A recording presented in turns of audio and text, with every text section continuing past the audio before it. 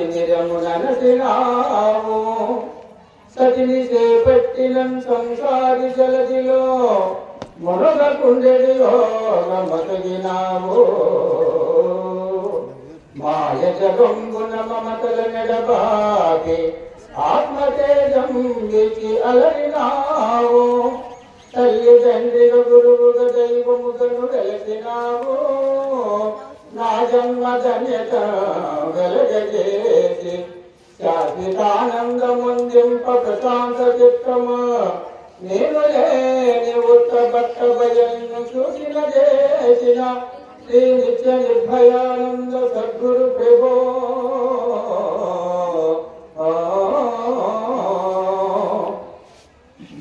మా ప్రభుత్వం అయినటువంటి శ్రీమదశిల గురుపీఠ రాజయోగ సేవా సమైక్య ఆంధ్ర రాష్ట్ర అధ్యక్షులు శిల ప్రబోధ ప్రసార రత్న నీలాంజితులు మరి శిష్యుకోటికి ఎంతో ఓర్పుతో నేర్పుతో మాకందరూ కూడా విద్య అందించినటువంటి వారు మా తొగురు దేవుడు నిత్య నారాయణ గారికి నా గౌరవస్మరణాలు.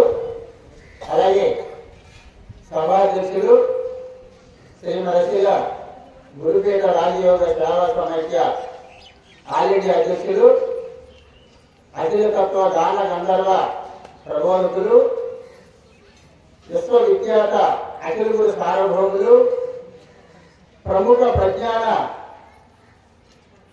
సత్యజన బోధకులు అనేకని బిరుదాంకితులు ఉన్నటువంటి ఈనాటి సర్వాధ్యక్షులైనటువంటి దయానంద నాగ వెంకటనారాయణ గారికి మరి వారి యొక్క బిరుదులోనే ఉన్నాయి అన్ని కూడా నిజము కూడా అఖిల తత్వ గాన గంధర్వం అంటే మన ఆశ్రమాల్లో ప్రతి ఆశ్రమంలో కూడా వారి యొక్క ఏం చేసుకుని ఎప్పుడు కూడా మనం వింటున్నాము. గాన గంధర్వం అంటే గంధర్వులు అంటే దేవత అంటారు. ఆ దేవతలు కూడా ఆలోచించేటటువంటి గానం ఈ రోజు కూడా వారి గానం అనేటువంటిది మన అందరికీ తెలుసు. అంటే దేవతలు కూడా ఎందుకు చెప్తున్నారంటే ముక్కోటి దేవతలకు మూల పురుషుడు సద్గురుమూర్తి. మరి అటువంటి సద్గురు స్వరూపమైనటువంటి దయానంద నాగ వెంకటనారాయణ గారు మాట్లాడితే అందరూ కూడా ఆలోచిస్తారు. అలాగే మరి ఎప్పుడు కూడా సత్యజన పోషకులు అన్నారు. ఈ జనాలు మన నాయకులే కాదు, మన అసలు సాంప్రదాయం ఎక్కడైతే ఉన్నారో అక్కడ కూడా వెళ్ళి వారి శిశువుల్ని మేల్కొల్పి వారు శిశువుల్ని పోషించేటువంటి వారు. ఎన్నో భారత రామాయణ భాగవతమే కాకుండా ఎరుక పరిపూర్ణ గురించి కూడా స్వయంగా మనకి తెలియజేసేటువంటి వారు దయానంద నాగ వెంకటనారాయణ గారు. మరి అలాగే యథార్థ బోధోపదేశుగా శ్రీ మదశిల గురుపీఠ సేవా సమైక్య ఆల్ ఇండియా ఉపాధ్యక్షులు ఇప్పుడు ఇంతకుముందు చెప్తున్నారు. మనకు తెలిసినట్టు విషయమే యథార్థ బోధోపదేశం కంటే ఉన్నట్లు ఉండజేసేటువంటి వారు, యథార్థంగా చెప్పేటువంటి వారు. మరి నిజంగా పరిపూర్ణ బోధ ప్రస్థానపరమైన గ్రంథంలో పూర్ణానంద బ్రహ్మానంద రెడ్డి రచించిన గ్రంథంలో వారు ముందు మాటగా చెప్పారు. వారి అభిప్రాయం రాశారు. ఏమంటే మనకి భాగవత ప్రభుత్వ వారు శుద్ధ నిర్గుణ కండార్థ ధర్మలు 292 రాజేంద్ర వారు వాటికి అర్థాలు సుమారు 16 మంది దానికి అర్థాలు రాశారు అని వారు తెలియజేశారు. ఎప్పుడంటే 1883 నుండి ఇప్పుడు వరకు కూడా. అంటే వారు సుమారు 140 సంవత్సరాలు ఈ చెప్పినటువంటి గురువులు అంటే కోటల శాఖ అవతారం గారు ఇప్పుడు ఉన్నటువంటి వేటి గురువులు రాసినటువంటి యొక్క అది శాంతేశ్వరం గారు. మరి వారు మనందరం కూడా చాలా మంది గ్రంథాలు చదివి ఉంటారు. పూర్ణానంద బ్రహ్మానంద రెడ్డి రచించినటువంటి ఆ గ్రంథంలో వారు రాసినటువంటి యొక్క ఒక్క పేజీ మనం అందరూ చదువుకుందాలి. ఎందుకంటే యథార్థ బోధం చేసుకుని ఎందుకంటే చేస్తున్నామో మరి ఒక 5 ఐదుని వారు పెద్ద పెద్ద లేటి గురువుని తీసుకొచ్చి అక్కడ ఇవ్వడం కూడా ఇచ్చారు. ఎరిగి చేత సేవించవచ్చు పరిపూర్ణమని మరి వారు ఎక్కడ సేకరించారు గ్రంథాలు నేనే తెలుసుకోలేదు. మరి సమస్వామి వివేకానంద స్వామి వారు రచించినటువంటి గ్రంథం, మన పూర్ణానంద బ్రహ్మానంద రెడ్డి రచించినటువంటి గ్రంథం రెండే తీసాం తప్ప మరి అంత ముందు రచించినటువంటి గ్రంథాలు మీరు చూడాల. మరి ఇద్దరు కూడా ఎరిగి చేత పరిపూర్ణం ఎక్కవచ్చు అనేటువంటి రాశారు కాబట్టి వాళ్ళు అసాంప్రదాయకులు చేరిన వారు. మరి సాంప్రదాయకులు ఎవరు వారంటే ఇప్పుడు సభాస్థానంలో వివేకానంద సుబ్రహ్మణ్య నాయుడు గారు, పూర్ణానంద బ్రహ్మానంద రెడ్డి మరి వారు కూడా నిజంగా కూడా ఉన్నతున్నట్లు రాశారు అనేటువంటిది వారు వివరించారు. మరి ఇంత ముందు కూడా మనకి పాటలు వాడడానికి అందరూ కూడా అందించారు. అంటే దానికి అధ్యక్షులు వారు కూడా తెలియజేశారు. ఎందుకంటే ఇంతకుముందు వారు జాబ్ ఉండేది, అది రిటైర్మెంట్ అవుతూ మరి అప్పుడప్పుడు కూడా మాకు కూడా భోజన నాగరాజు గారు చెప్తూ ఉంటారు. మరి రిటైర్ అయిన తర్వాత మన లెక్కలన్నిటికీ కూడా తిరిగి ప్రబోధించేటువంటి ఎప్పుడు కావాలంటే అప్పుడు వచ్చేటటువంటి వారు. మరి వారి చేత మన వినాయక పోవాలనేటువంటిది వారు అనుభవం జరిగింది. అలాగే ఇప్పుడు అధ్యక్షులు అయినటువంటి నాలుగు వెంకటేశ్వర గారు కూడా తెలియజేశారు. ఎందుకంటే మా గురుదేవుల వారు ఇప్పటి నుంచి కాదు, 1980లో మా పల్లెల్లో తాజీలు కాడించి వారు రేయపలు చెబుతూ ఇంకా గురువులు కూడా తీసుకొచ్చి వాసుదేవానంద రాజరాజు గారిని ఏలూరు వారిని కూడా తీసుకొచ్చి మాకు బోధించేవారు.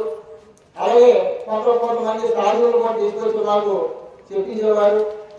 అలాగే ఈరోజు కూడా మరి 2009లో కూడా మన ఏలూరు ఆశ్రమంలో సభాస్థానంలో వివేకానంద స్వామి వారిని తీసుకొచ్చి 3 రోజులు అక్కడ క్లాసులు చెప్పారు. అంటే నాకేంటో చదవలేదు, అయితే ప్రతి ఒక్కరు కూడా రోజు పుస్తకం ఇచ్చుకుని పెట్టించుకుని మీకున్నటువంటి అభిప్రాయాన్ని మీరు రాయండి అంటే వారు చెప్తారంటే బాగా మనం రాయాలన్నమాట. అలాగా 3 రోజులు కూడా నాయన గారు చూపించారు. అలాగే ఇప్పుడు మరి మన గ్రామాలన్నింటినీ కూడా తీసుకొచ్చి మేటు గురువుని వారు చెప్తున్నారు. అలాగే ఇప్పుడు యథార్థ బోధోపదేశంగా దయానంద డాక్టర్ గారిని కూడా మరి వారు తప్పనిసరిగా తీసుకొచ్చి మన ఎంతలకి ఇప్పుడు చెప్తున్నారు. అయినా ఇంకా ఇంతకుముందు చెప్పారు అధ్యక్షుడు వారు 15 మంది ఉన్నా, 20 మంది ఉన్నా, 30 మంది ఉన్నా, 50 మంది ఉన్నా వారు చెప్తారండి. మరి ఎక్కడ చెప్పినా సరే వారు మీరు ఇంగ్లీష్లో, హిందీలో, సంస్కృతంలో కూడా నేర్చుకోవాలి. ఇంగ్లీష్లో ఎవరైనా మానవుడు ఉంటే మా పేరులో ఉండి నాయన గారికి ఒక దిల్లీసినప్పుడు మరి బెంగళూరులో కూడా అదే వార్త చెప్పారు వారు యథార్థ బోధన చేసిన నాయన గారు. అంటే ఇంతకుముందు శ్రీధర స్వాములు వారు ఎలాగైతే అంతకుముందు గురువులు అంత ఎందుకు ప్రచారం చేయలేకపోయారు. శ్రీధర స్వాములు శివరామ దీక్షితుల వారు వచ్చిన తర్వాత మరి ఇదంతా కూడా ఈ లంకలన్నీ కూడా ఈ రాష్ట్రాలన్నీ కూడా తిరిగి ప్రబోధించారు. అలాగే దాన్ని అనుసరించి కృష్ణదేశుడు వారు మనకు అర్థం అవడానికి ఖండార్థాలు మనకి రచించి కందపరిచారు, ఇవన్నీ కూడా మనకు అందించారు. మరి ఇటీవలే సభాస్థానంలో వివేకానంద నాయుడు గారు కూడా ఎంతో క్షుణ్ణంగా సులువుగా మనకు అర్థమయ్యేలాగా తెలియజేశారు.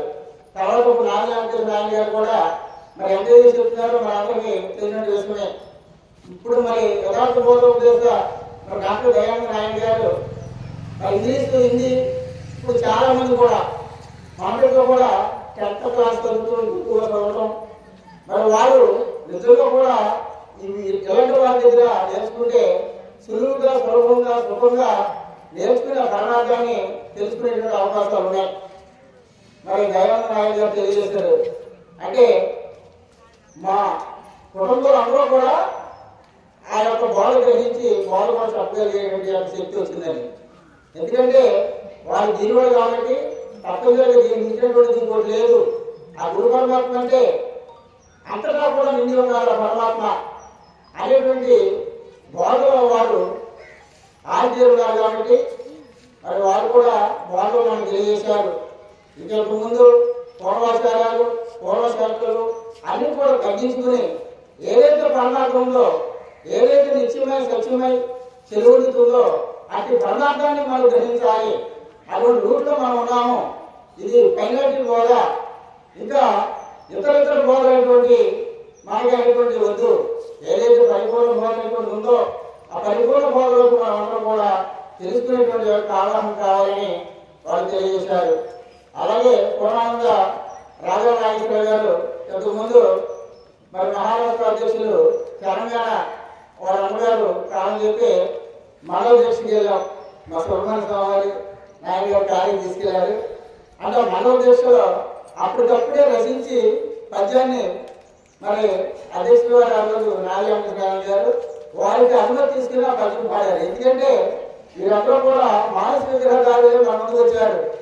అది మానసిక స్వరూపంగా కాదు, జ్ఞానతామూర్తులు సాక్షాత్తు ఆ బ్రహ్మ విష్ణుడు మహేశ్వరులే మనకి దిగి వచ్చి చెప్తున్నారు. దానికప్పుడు మనకి ఏంటి పంట అది గురించి వైరాగ్యం గురించి నాయన గారు చెప్పారు. మన దగ్గర కూడా సంసారం అంటే ఏది, వారి సంసారం అంటే ఏది, సాగుట పుట్టుట సాగుట అనేటువంటిది ఒక కథాన్ని తీసుకుని వారు చెప్పారు. అలాగే వేదిక అందించినటువంటి సత్యాలందరూ కూడా నా దాని స్మరణాలు తెలియజేసుకుంటూ, అలాగే సభకు చేసినటువంటి స్వాములు చేసుకున్న అందరూ కూడా సూర్యకిరణములు ఎలాగైతే సముద్రంలో నుండి కిరణిస్తే ఆ దిగువ పక్షులు వాటి గురించి ఎలాగైతే ఆ చంద్రుడు కిరణముల గురించి ఆలోచిస్తాయో అనుకుంటారని, అలాగే ఈ రోజు నాడు మహాత్ములు చెప్పేటటువంటి మరి ఈ రోజు సభలో చెప్తే ఆ ఎండాన్ని కొంచెం జరుగుతారే తప్ప అసలు ఎవరు కూడా కదలపోకుండా ఉంటారంటే, అందుకనే మనసిచ్చి వినిడి ఎవరొక మనవిని నాపాలి రెండు మధ్యలో కల నుడుసుకుని పెద్దలాగేసి పనిపోయిన ప్రార్థించి పద్యములని తప్పప్పుడు ఏర్పడి దిద్దుడని మనకి రాఘవకృష్ణ వారు సభా విజ్ఞాపనలు తెలియజేశారు. మనసిచ్చి వినుడి ఏ మనసు ఇవ్వాలి? ఇంతకుముందు అనేక రకమైనటువంటి మార్గాలు, అనేకటువంటి మరి భక్తి మార్గం అని, వైరాగ్య మార్గం అని, ధ్యాన మార్గం అని, జ్ఞాన మార్గం అని అనేక రూపాయలు మనసునిచ్చాము. కానీ అటువంటి కాదు, అటువంటి మనసును కాదు. ఇప్పుడు ఏదైతే మహాత్ములు చెప్తున్నారో ఎరుక పరిపూర్ణం. ఎరుక అనేటువంటిది సభాధ్యక్షుడు వారు తొలిపెట్టులో చెప్పారు.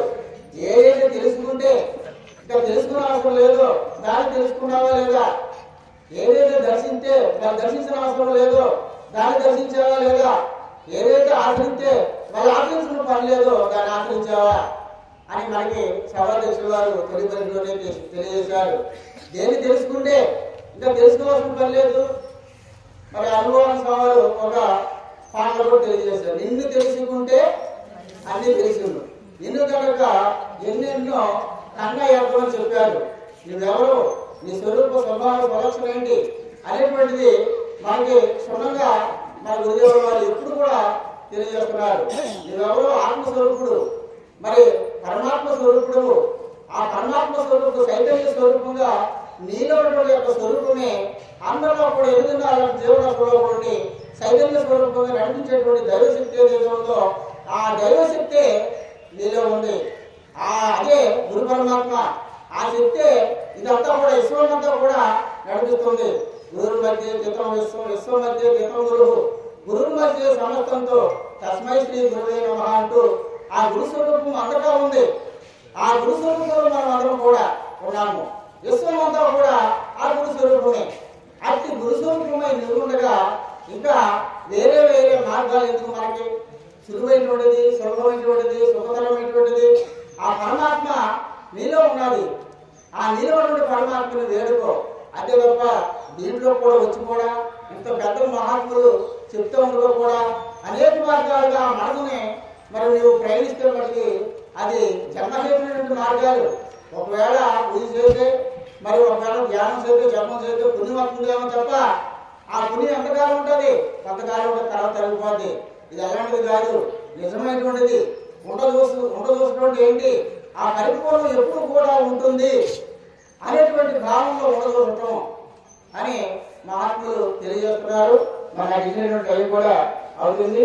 మరి దయచేసి ఏదైనా తప్పులుంటే నాది, ఒప్పులుంటే మా గురుదేవుల వారికి తెలియజేసుకుంటూ మా అధ్యక్షుల వారు ఏదైతే చెప్పారో దాన్ని ఒక 2 నిమిషాలు తగ్గించుకుని మనం ఇస్తే ఉన్నటువంటి వాళ్ళకి అవకాశం ఇస్తారని తెలియజేస్తారు. సెలవు